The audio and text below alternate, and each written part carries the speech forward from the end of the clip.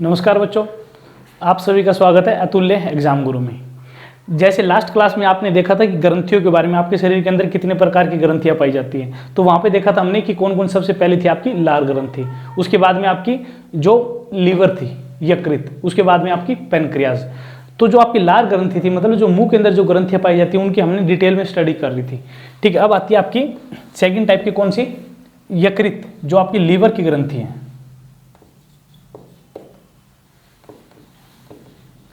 कि आपके शरीर के अंदर जो लीवर है, जो अंग है, यकृत जो अंग है, वो भी एक क्या आपकी ग्रंथि है। अब वैसे अगर देखो तो आपकी जो ग्रंथियां होती है आपके शरीर के अंदर, वो दो प्रकार की होती है। दो प्रकार की कौन कौन सी और किसके बेसिस पे इनको दो प्रकार से कहा मैंने कि इनके सिक्रीशन के बेसिस पे ये अपना रस कहाँ पे छोड़ती है। तो रस कहाँ पे छोड़ती है उस हिसाब से आपकी जो ग्रंथियां होती है दो प्रकार की, कौन कौन सी? एक तो होती है आपकी बाह्यस्रावी ग्रंथियां और एक होती है आपकी अंतःस्रावी ग्रंथियां। ठीक है, तो वहां से जो आपकी लीवर है, वहां से क्या निकल के आए कि जो आपका लीवर है, जो यकृत है, वो कौन सी है? आपकी बाह्यस्रावी ग्रंथियां है। बाह्यस्रावी की या एक्सोक्राइन। अब मैंने लिख तो दिया कि सर एक्सोक्राइन है या बाह्यस्रावी ग्रंथि है, लेकिन तुम्हारे दिमाग में डाउट आना चाहिए, सर एक्सोक्राइन या बाह्यस्रावी का मतलब क्या है? तो मतलब क्या है कि बाह्यस्रावी मतलब बाह्य, स्रावी मतलब अपना रस छोड़ना, कि जो अपना जो रस है, जहाँ पे उसके रस की रिक्वायरमेंट है, जरूरत है, उस पर्टिकुलर रीजन में छोड़े, वो आपकी होगी बाह्यस्रावी। कहने का मतलब कि ये अपना रस किस में नहीं छोड़ेंगी? आपके जो रक्त है, ब्लड में नहीं छोड़ेंगी। मतलब जिस ऑर्गन, जिस पर्टिकुलर जगह पे इसके रस की रिक्वायरमेंट है, वहाँ पे अपना रस रिलीज करते हैं, वो कौन सी होगी? आपकी बाह्यस्रावी। और जो आपकी ग्रंथियाँ अपना जो रस है, जो अपना सिक्रीशन है, कहाँ पे छोड़े? आपके ब्लड के अंदर, रक्त के अंदर छोड़े, रक्त से प्रभावित होगा, आपके पूरी बॉडी के अंदर सर्कुलेट हो जाएगा। वो प्रकार की कौन सी ग्रंथि होती है आपकी? वो अंतःस्रावी। ठीक है, या एंडोक्राइन ग्लैंड्स। तो जो आपका लीवर है, जो यकृत है, वो कौन सी ग्रंथि है आपकी? कि आपकी बाह्यस्रावी ग्रंथि है। तो सबसे मेन इंपॉर्टेंट एक क्वेश्चन तो यही होगा पहला, कि जो आपका लीवर है वो कौन सी ग्रंथि है? आपकी बाह्यस्रावी ग्रंथि है, एक्सोक्राइन ग्लैंड है। ठीक है, कि ये अपना रस कहाँ पे छोड़ेगी?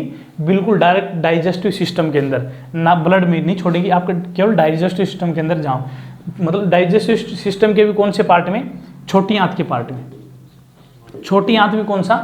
छोटी आंत का सबसे पहला पार्ट कौन सा आपको बताऊंगा आगे, कि ड्यूडेनम जो पार्ट है, ड्यूडेनम पार्ट में अपना डायरेक्ट रस छोड़ेगी। ठीक है, उसके बाद में जो सेकंड क्वेश्चन आता है आपके लीवर से रिलेटेड, ये आता है कि लीवर की क्रियात्मक इकाई,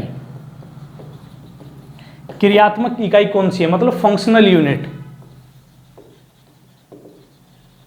फंक्शनल यूनिट, जो आपके फंक्शनल यूनिट वाले क्वेश्चन हैं, वो मैं अलग से एक वीडियो बना दूंगा, जिसके अंदर हर एक ऑर्गन की जो फंक्शनल यूनिट है वो बता दूंगा, और वहां से क्वेश्चन उठते हैं। ठीक है, तो जो लीवर की जो फंक्शनल यूनिट है, जो क्रियात्मक इकाई है, वो कौन सी? आपकी हिपैटिक लोब्यूल।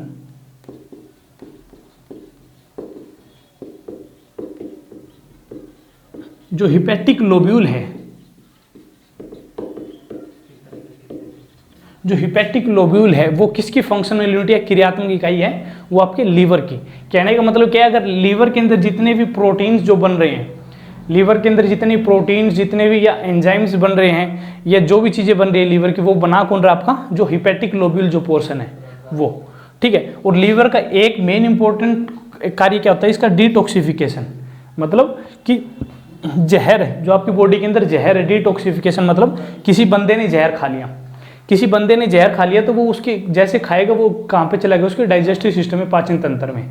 फिर पाचन तंत्र से क्या काम करेगा? वो आपका जो जहर है वो कहाँ पे जाएगा? लीवर में। तो जैसे बंदे का जो पोस्टमार्टम हो, जिसकी जहर खाने से डेथ होगी, जिसका पोस्टमार्टम हुआ है, तो उसको मतलब डॉक्टर को पता कैसे लगेगा कि उसने जहर खाया है? वो उसकी क्या करेंगे? हिपेक्टोटोमी। कहने का मतलब क्या? जो लीवर है उसका, लीवर को कट करके देखेंगे, वहां से पता लगेगा कि बंदे ने जहर खाया है। तो कहने का मतलब क्या है? ये डिटॉक्सिफिकेशन का, आपके ब्लड से जहर निकालने का काम किसका है? मेन इंपॉर्टेंट काम आपके लीवर का। ठीक है, तो लीवर के अंदर भी कौन सी जो आपकी यूनिट, इसकी जो फंक्शनल यूनिट है, हिपैटिक लोब्यूल्स, इसका काम है। ठीक है, उसके बाद में जो लीवर है वो दो पार्ट्स में डिवाइडेड हो गया आपका। दो पार्ट्स में कैसे? जैसे आपका ये लीवर की स्ट्रक्चर है। ठीक है, ये लीवर है, लीवर को दो पार्ट्स में डिवाइड कर दिया कि इसके दो पार्ट्स हैं। दो पार्ट कौन कौन से? एक हो गया आपका राइट, एक हो गया आपका लेफ्ट। जो राइट वाला पोर्शन है वो है बड़ा। ये क्वेश्चन बता रहा हूं आपको डायरेक्ट कि क्वेश्चन कहां से उठेंगे। अगर लीवर के अंदर अगर क्वेश्चन उठते हैं तो किस पॉइंट से उठते हैं, कि राइट वाला जो पार्ट आपका वो है बड़ा साइज का, और उसके बाद में आपने सबको पता होगा कि लीवर के अंदर एक चीज क्या होती है, आपकी जो पित्त की थैली है, जिसको आप गोल ब्लैडर भी बोल रहे हो। जो गोल ब्लैडर या पित्त की थैली है वो लीवर के कौन से भाग में, राइट पोर्शन में, जो राइट हिस्सा है उसके अंदर होती है आपकी पित्त की थैली। ये जो पित्त की थैली का काम क्या है कि ये आपके जो पित्त रस है उसको स्टोर करेगी। ठीक है, ये हम आगे देखेंगे। ठीक है, तो जो आपका लीवर है, लीवर के दो पार्ट हो गए, कौन कौन से, राइट वाला बड़ा हो गया और जो लेफ्ट है वो इसके कंपैरिजन में थोड़ा सा छोटा हो गया। ठीक है, उसके बाद में जो आपको पित्त की थैली है वो कौन से पार्ट में होगी, आपके राइट जो आपका लीवर का हिस्सा है उसके अंदर होगी। ठीक है, उसके बाद में जो थर्ड क्वेश्चन है, थर्ड क्वेश्चन आते हैं इसकी फंक्शनिंग पे कैसे कि जो लीवर है आपके शरीर के अंदर किन किन चीज़ों का निर्माण करता है। तो यहाँ से कुछ एक प्रोटीन निकल के इंपॉर्टेंट, वैसे तो बहुत सारे प्रोटीन है लेकिन आपके एग्जाम के लेवल पे केवल 2 से 3 प्रोटीन है। सबसे पहला प्रोटीन आपका हिपेरिन, जो आपका हिपेरिन प्रोटीन, आप इसको हिपेरिन प्रोटीन कह लो चाहे आप इसको एंजाइम कह लो। ठीक है, अब हिपेरिन का काम क्या है, हिपेरिन का बहुत इंपॉर्टेंट काम है आपके ब्लड को, आपके रक्त को जमने से, मतलब रक्त का थक्का जमने से रोकता है। जैसे आपके जो आपका ब्लड है वो आपकी धमनियां और शिराओं में, आर्टरी और वेन्स में फॉलो कर रहा है। ठीक है, लेकिन जैसे बाई चांस आपके कट लग गया कोई छोटा सा, बिल्कुल जैसे ही वो आपका रक्त बॉडी से बाहर आते ही क्या जम जाता है। लेकिन आपकी जैसे आपकी धमनियां और शिराओं में जब दौड़ रहा है जब तक वो बिल्कुल भी कोगुलेट या आपका उसका थक्का नहीं जमता। वो किस एंजाइम के कारण, जो आपका हिपेरिन एंजाइम है उसके कारण। ये क्या काम करेगा, आपका बॉडी के अंदर, आपके रक्त के अंदर थक्का जमने से रोकेगा। मतलब क्या है, ये जब तक एक्टिव है जब तक आपका जो ब्लड है, जो रक्त है, एयर के कांटेक्ट में नहीं आया। जैसे ही छोटा सा कट लग गया, कट लगते ही जो आपका रक्त है किसके कांटेक्ट में आ गया, आपके एयर के कांटेक्ट में, हवा के कांटेक्ट में। हवा के अंदर क्या होती है आप सभी को पता है, ऑक्सीजन। जैसे ही आपका जो हिपेरिन एंजाइम जो प्रोटीन है, हिपेरिन जो एंजाइम है, जैसे ही ऑक्सीजन गैस के कांटेक्ट में आ गया तो ये हो जाता है इनएक्टिव। इनएक्टिव होती है क्या है, जो आपका रक्त का थक्का जमना शुरू हो जाता है, या रक्त आपका जो ब्लड है कोगुलेट हो जाता है। ठीक है, उसके बाद में दूसरा प्रोटीन कौन सा आपका, फाइब्रिनोजन, और तीसरा है प्रोथ्रोम्बिन।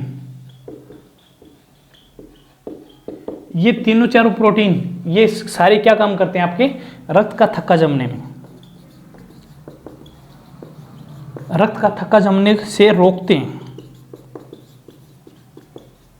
ठीक है, लीवर का सबसे मेन इंपॉर्टेंट काम तो ये होगा कि ये प्रोटीन बनाएगा जो क्या काम करेंगे, रक्त का थक्का जमने से रोकते हैं। ठीक है, उसके बाद में नेक्स्ट जो इसका लीवर का जो फंक्शन है वो क्या है कि ये किस चीज की फॉर्मेशन करेगा।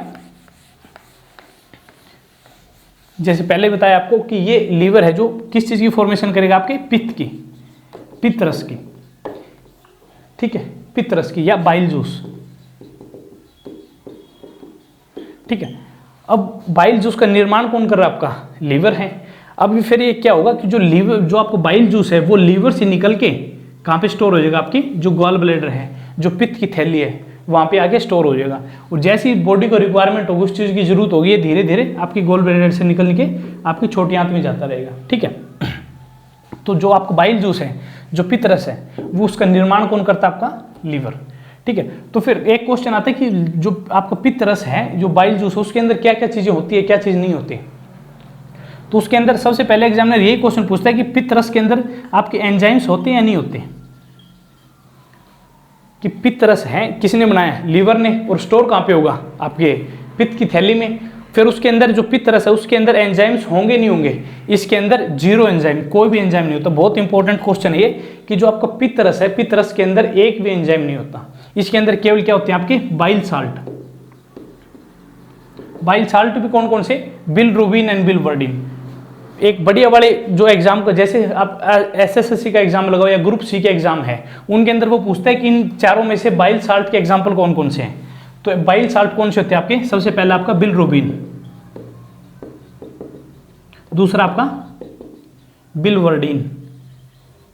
तो जो आपके बिलरुबिन एंड बिलवर्डिन वो क्या है, आपके बाइल साल्ट्स। और कहाँ पे निर्माण होते हैं इनका, आपके लीवर में। और स्टोर कहाँ पे होंगे, आपके पित्त रस, जो आपके पित्त की थैली है या गॉल ब्लैडर, उसके अंदर आके क्या होंगे, स्टोर। ठीक है, उसके बाद में जो पित्त रस है, जो आपके जो पित्त की थैली ने जो पित्त रस जो स्टोर कर रखा है उसकी पीएच कितनी होती है, उसकी पीएच है 7.7 या 7.8। ये कोई फिक्स रेशियो नहीं कि 7.7 होगी, तो इसके थोड़ा बहुत पॉइंट फ्लक्चुएट इधर उधर से करता रहता है 7.7 टू 7.8। ठीक है, कहने का मतलब क्या है, ये क्या आपकी स्लाइटली बेसिक कि थोड़ा बहुत क्या है आपका क्षारीय है। ठीक है, अब क्वेश्चन ये भी बनता है कि ये जो पित्त रस है वो आपका क्षारीय क्यों है। ठीक है, पित्त रस आपका क्षारीय क्यों है, ये आप सभी को पता है कि आपका जो छोटी आंत है, छोटी आंत का जो सबसे छोटी आंत से भी जो पहले पार्ट कौन सा था आपका अमाशय। अमाशय के अंदर आपका जो पीएच होती है वो कितनी बहुत ज़्यादा एसिडिक, उसके अंदर क्या है आपका HCl हाइड्रोक्लोरिक एसिड, उसके कारण क्या इसकी जो पीएच है अप्रोक्सीमेटली 1.6 टू 1.5 से 2 के आसपास पीएच है। अब जो भोजन आपकी अमाशय से निकल के छोटी आंत में आ रहा है मतलब वो बहुत ज़्यादा एसिडिक है, बहुत ज़्यादा अम्लीय है। अब उस चीज़ को न्यूट्रल भी करना है। अब न्यूट्रल करने के लिए आपकी लीवर ने क्या बना दिया आपका पित्त रस, उसका पीएच कितनी होगी 7.7 टू 7.8 अप्रोक्सीमेटली 8, मतलब थोड़ा बहुत क्षारीय है। तो जैसे ही वो आपके भोजन में मिक्स होगा तो आपका दोबारा ही वो जो एसिडिक नेचर था, अम्लीय जो नेचर था आपके भोजन का, वो धीरे धीरे क्या हो जाएगा, कम हो जाएगा। ठीक है, तो ये थे पीएच। आपके जो लीवर के अंदर जो पित्त बनता है, पित्त रस बनता है, उनके अंदर क्या क्या चीज़ें होती हैं। ठीक है, उसके बाद में एक क्वेश्चन आता है कि जो लीवर है, लीवर की एक बहुत ज़्यादा खास बात है जो आपको यकृत की बहुत ज़्यादा खास बात है कि इसके अंदर रीजनरेशन की कैपेसिटी होती है। रीजनरेशन कहने का मतलब क्या है कि अगर आप मतलब वो हिस्सा जिसको आप कट कर दो दोबारा से उससे वही हिस्सा दोबारा उत्पन्न हो जाए, रीजनरेट हो जाए, वो हो गया आपके रीजनरेशन की कैपेसिटी। जैसे आप देखते हो कि जो मछली की जो छिपकली की पूंछ है, जो छिपकली की पूंछ एक बार कटने के बाद में दोबारा रीजनरेट हो जाती है, तो वही चीज़ आपके लीवर के अंदर, वो आपके शरीर, एक क्वेश्चन आता है कि आपके शरीर के कौन सा भाग है जिसके अंदर सबसे ज़्यादा रीजनरेशन की कैपेसिटी है, वो आपका लीवर। कि अगर आप लीवर का 70% पार्ट भी अगर कट करके किसी के बॉडी के अंदर डाल दोगे और आपके शरीर के अंदर रह गया 30% पार्ट, तो वो 30% पार्ट दोबारा से 70% पार्ट है वो बना लेगा, और जिसकी बॉडी के अंदर 70% रह गया वो उसका 30% बचा हुआ बना लेगा, मतलब दोनों में 100% हो गया। तो ये बहुत इंपॉर्टेंट क्वेश्चन है कि सबसे ज़्यादा रीजनरेशन की कैपेसिटी आपके शरीर के कौन से अंग में पाई जाती है, लीवर में। दूसरा क्वेश्चन कि सबसे कम रीजनरेशन की कैपेसिटी आपके शरीर के कौन से भाग में पाई जाती है, आपकी तंत्रिका तंत्र में या नर्वस सिस्टम में। तभी तो देखते हो आप जैसे ही दिमाग के अंदर जिसको चोट लगी तो वो मतलब ताउम्र तक उसकी वो दिक्कत रहती है। ठीक है, तो ये हमारा किससे रिलेटेड था, आपके लीवर से, कि लीवर के अंदर कौन कौन से क्वेश्चन उठते हैं। ठीक है, ये थी आपकी सेकंड जो ग्रंथि थी, सेकंड ग्लैंड, वो कंप्लीट होगी। ठीक है, जो आपकी थर्ड ग्लैंड आती है, जो थर्ड ग्रंथि है वो कौन सी आपकी पैनक्रियाज या अग्नाशय, जिसको हम नेक्स्ट लेक्चर के अंदर कवर करेंगे। तो ठीक है बच्चों, धन्यवाद, जय हिंद, जय भारत।